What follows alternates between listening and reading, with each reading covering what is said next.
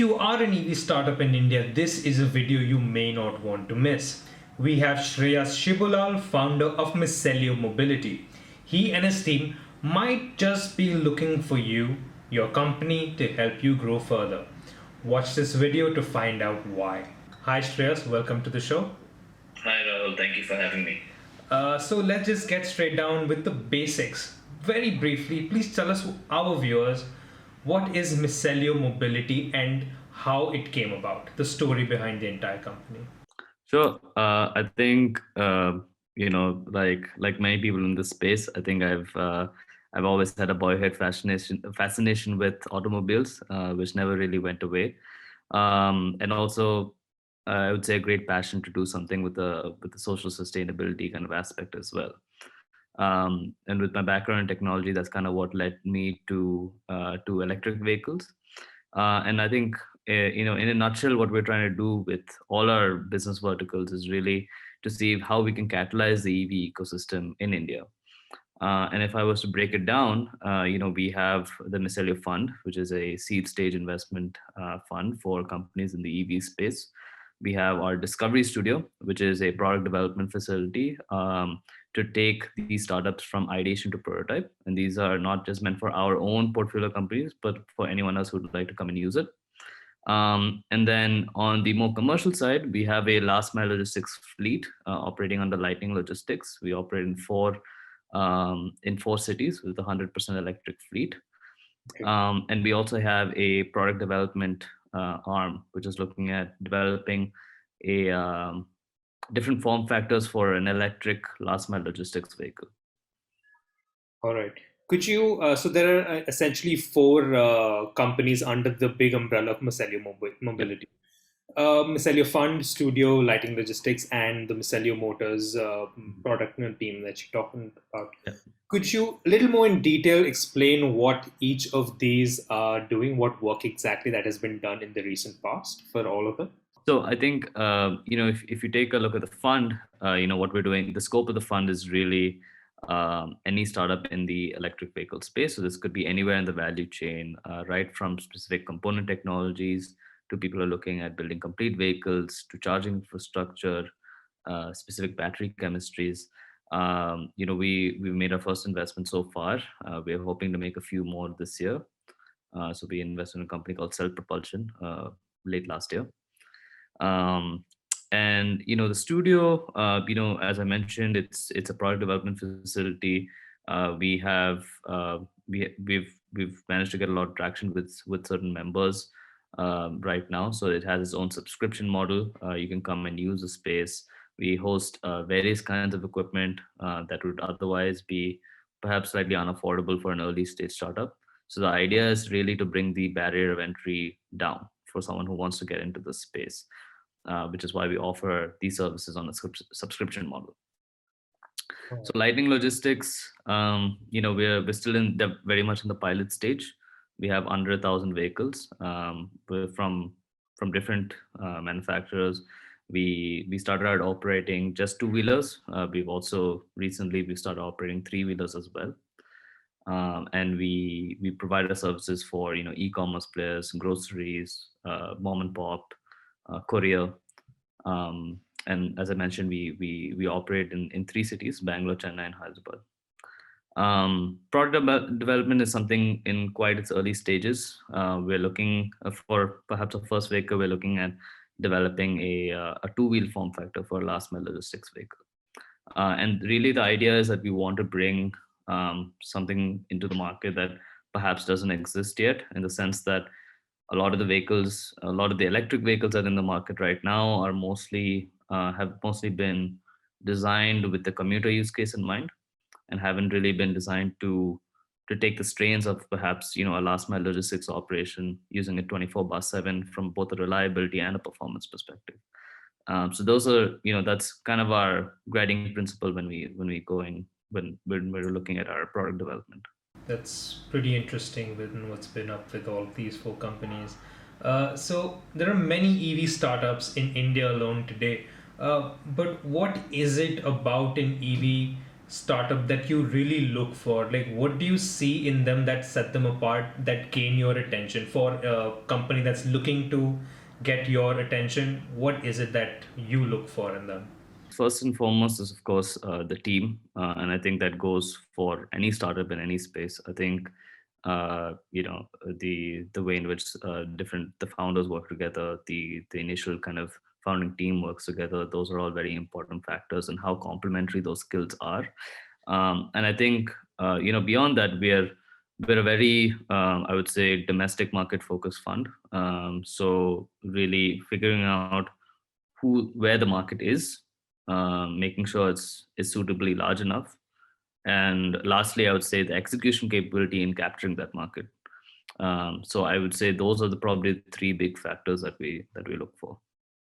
Now let's talk about the policies and how the government has been involved with EVs, as we've heard recently. The Indian government, as well as the individual states, have been rolling out their short term EV policies recently. What do you think of these policies as they are, and how do you see them panning out in the long term? Because these are short term right now, these incentives may have impact later on in the future. Where do you see that panning out eventually? I think any and all initiatives to kind of to incentivize adoption is great, and I think that's what I've been seeing from the various government bodies so far. Right now, most of the incentives have kind of been on the demand side, kind of trying to create subsidies for people to go out and buy electric vehicles.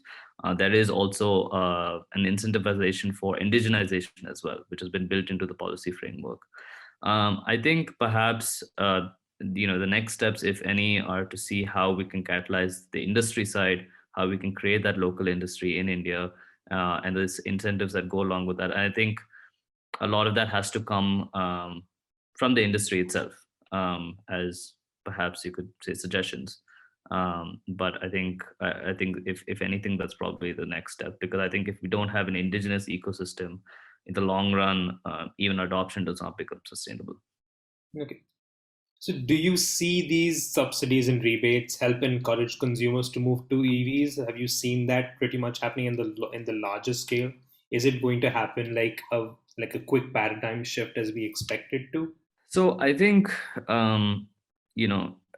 all said and done, there is still with even with the subsidy, there is still a difference in the upfront cost of going out and buying an EV, and I think because of that, the first adopters will probably be people who can operate large fleets, because those are the people that can actually see the kind of financial incentives of both in the context of fame 2 and the subsidies that the government is providing, but also in terms of the running cost of the vehicle, which is arguably it's a bigger one for the fleet, right? So I think yes, there is an impact both from the fleet perspective and also from the consumer perspective, but I think kind of closing that gap, closing that variation between sort of internal combustion vehicles and EV vehicles, in terms of costs, is going to take a bit more time, and also it'll also take it'll take probably more than subsidies to actually get the consumers to go out and buy a vehicle, because it's a new technology. It also requires a lot more awareness, and I think perhaps there's a little bit more that can be done on that front. There have been these incentives for the last few years, of course, like government with the Fame 1 scheme and the Fame 2 scheme that's been rolled out recently. How has the market been the response from and the impact of the previous incentives compared to the incentives right now? So I think, of course, I would say perhaps the new elements that have been introduced in the new policies are, again, more financial incentives, more subsidies, in various ways. I would say the other kind of significant change is, there's an indigenization factor also, because to qualify for the subsidy, you need to be, you have to have so many components that are actually locally sourced. So I think that is a step in kind of promoting local industry, and also potentially also bringing down the cost in some way, because you're not bringing in components from other countries. So I think I would say that those are probably two kind of big changes that I've seen in you know the first version of the incentives versus the incentives now. And then of course other changes that the states have also been getting involved now, and they're rolling out their own policies in addition to the ones that are kind of been put in place by the central government. Yeah. But what are the challenges you see for that the government is not being able to address with the new policies that are being coming out with for the states and the national policies for EVs in the future? So I think if there's if there's a next step, if any, is really being able to provide or being able to encourage incentives for local industry, right? And that could be in many different forms. It could be um, in simplifying. I know a lot of governments, a lot of state governments have set aside land, for example, for the EV industry, right? Setting up spaces, and also perhaps making the process for homologation also slightly easier. I think those policies were obviously originally designed for internal combustion vehicles. Some of those things are perhaps not so applicable to EVs. So even that process.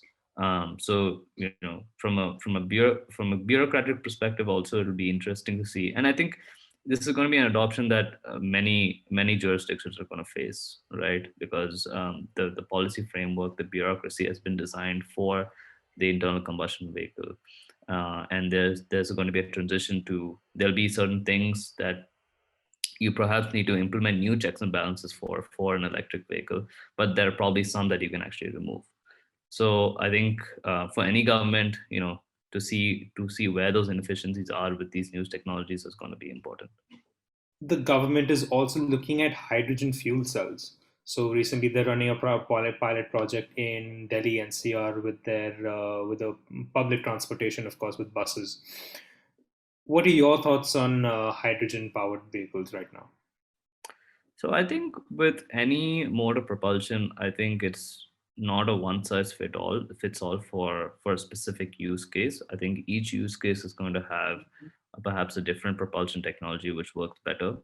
I would say that hydrogen fuel cell, given probably the infrastructure requirement, and also just given the nature of the technology, I would say that it probably would work better in longer distances, perhaps first mile logistics, perhaps long range people transportation. Those are perhaps where the infrastructure to refuel would probably be further and fewer between, because that is going to be a hurdle, especially in the context of sort of emerging market countries. That being said, electric vehicles have its own challenges in kind of deploying charging infrastructure. A lot of that has to do with the existing power grid itself.